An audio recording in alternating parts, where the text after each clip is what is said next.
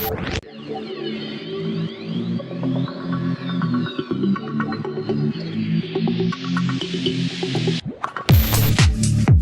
everybody, welcome back to the channel. Thank you so much for once again joining me for tea time. Today we have a little bit of Fireside, that smokiness of the lap song. So good guys. I hope you're joining me for your cup of tea, maybe a cup of coffee, or as I always say, maybe something harder, depends on what part of the planet you're on. So this video is sponsored by Aurora Camera Care Sensor Cleaning Kits. I'll get to that by the end of this video. So Canon is said to be on track to sell 50% of all cameras sold this year. That's a big number, and that's a big statement. We're going to get to the financial report that they just released for Q3 2021. Now understand, all of these companies do this. It's basically for their shareholders to give them a little pat on the back and say, you know what, it's okay, we're doing quite well, and this is why. Or let them know that things are not doing so well and just be prepared for what is to come. And that's what this is all about. So we're going to go through it. I find it very interesting, and I want to hear your thoughts on it. So the marketing material starts out with, the camera market remains solid thanks to the strength of personal consumption, particularly in Europe and the United States, and the launch of new full-frame mirrorless cameras by each company stimulated the need for high-quality image expression.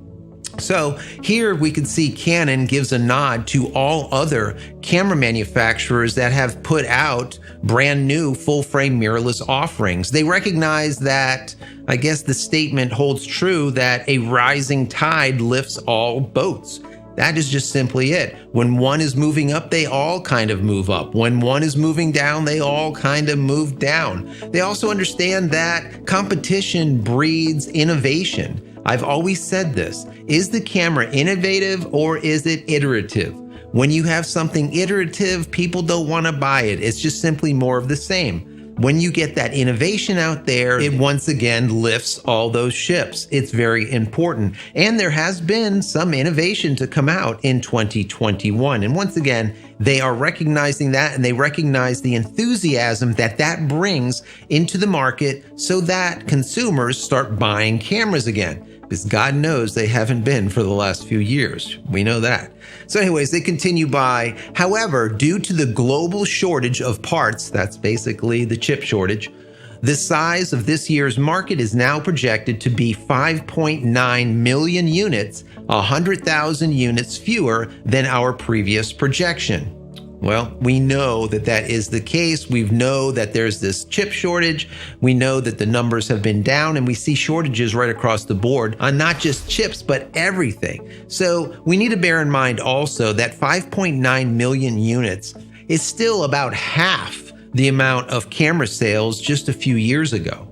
So the market, no matter how you look at it, has been on a downward spiral for quite some time now. This is not due to any chip shortage or anything else. This is just the camera market in general. Now, similarly, we expect our unit sales to be 2.95 million units, 50,000 units fewer than our previous projection. Now let's analyze this for just a second. They're saying 5.9 million cameras sold in totality. They're saying that they will be selling 2.95 million units of that. So we're looking at about 50% of the units sold by them. That is a really big statement, guys. That is a big statement. That shows still how big Canon is, even though Sony has been eating their lunch for so many years. So this is a very powerful statement for their shareholders to read. It basically gives them a warm, fuzzy feeling that they are on the right ship, and their ship is going up 50% more than the rest, even though they're all supposed to be rising equally. Yeah. So, as of the third quarter, although 1 year has passed since the launch of the Canon EOS R5 and the EOS R6, they continue to be strong selling models. And that's obviously the case because Canon has been putting all of their focus on their RF lenses and their RF cameras and almost no focus on their M series or any DSLRs, right?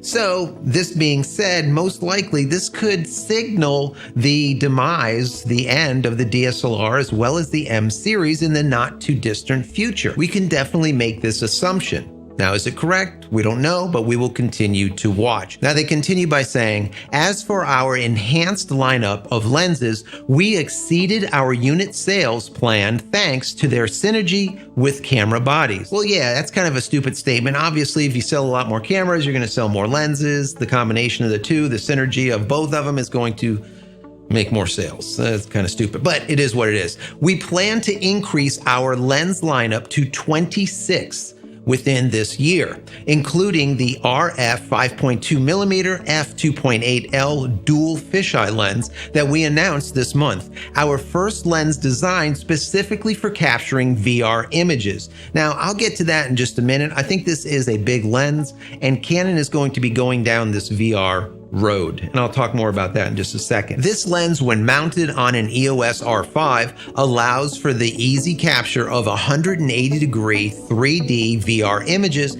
and is attracting attention as a product that extends the user's image expression to the area of VR.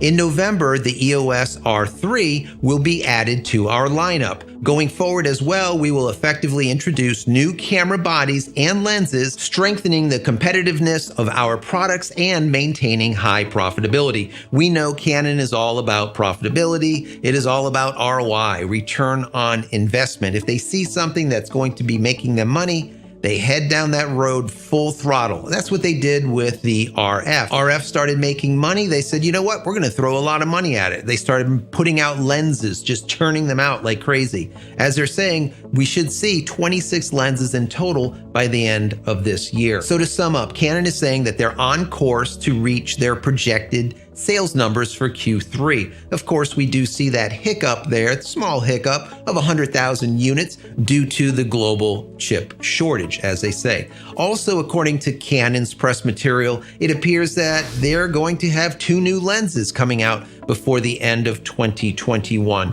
which is good. Once again, they're continuously, like I said, churning out these lenses. Lenses are what drive the market. Lenses are forever. Camera bodies are like toilet paper. I've said this forever. You buy a camera body, within a few years, you're chucking it or you're selling it and you're buying the latest and greatest. Whereas with the camera lenses, they stay around for a lifetime or for, let's say, a very long time. They are also that contract that binds the user into that manufacturer's brand. Now, when I say that, basically when you buy a lot of expensive glass, chances are you're going to stick with that manufacturer instead of moving to another because it costs a lot. It's a lot of time and a lot of effort, and sometimes you don't make all of your money back and you're losing money to move and jump ship. So once they bring you in, or once they bring a consumer in, as soon as they start buying expensive glass, they know that they have them. They're kind of trapped. The marriage license has been signed, so to speak. They also talked about that crazy looking lens, that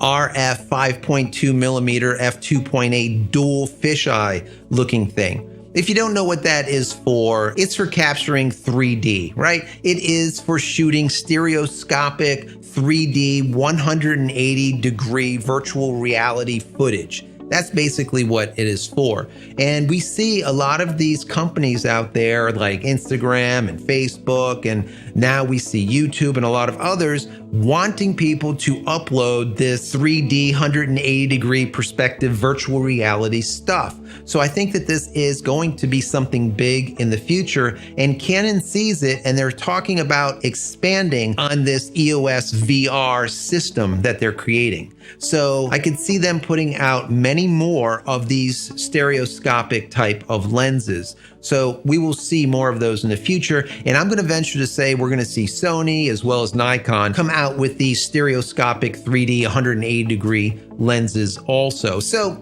the bottom line here, even though it looks weird, form follows function, right? It has like that fisheye looking thing, but there's 2 of them looking in 2 directions. Like if your eyes were actually looking forward and each one captures like 180 and then they merge the, something like that. It is definitely interesting to me, and hopefully it's interesting to you also. I want to hear your thoughts on this. What do you think about Canon selling 50% of every camera on the market for 2021? Do you think this is correct or not? is very strange if you ask me. I wouldn't think that they have that much of a command on the market, considering where the market is at, and also considering how well Sony has been doing.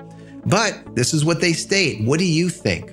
So, as I told you about before, our sponsor is Aurora Camera Care Sensor Cleaning Kits. And if you haven't cleaned your sensors as of late, why the hell not? You need to clean your sensor. There's no reason to go into post-production, into Lightroom, and go and take out all those little spots in the sky. Just clean the damn sensor. So I created the Aurora Camera Care products just specifically for that. They come in micro four thirds, APS-C, as well as full frame. And that's all you have to do is go over it with the wet swab and then go over the sensor with the dry swab and you're done. No more guesswork with figuring out how many drops you have to put of liquid and cleaner, all this stuff. All of the guesswork is taken out. These kits work amazing. You can find them over on my website, JCristina.com. You can also find them on Amazon through Amazon Prime or B&H Photo and Video and a lot of mom and pops all over the world. Once again, go check out Aurora Camera Care products.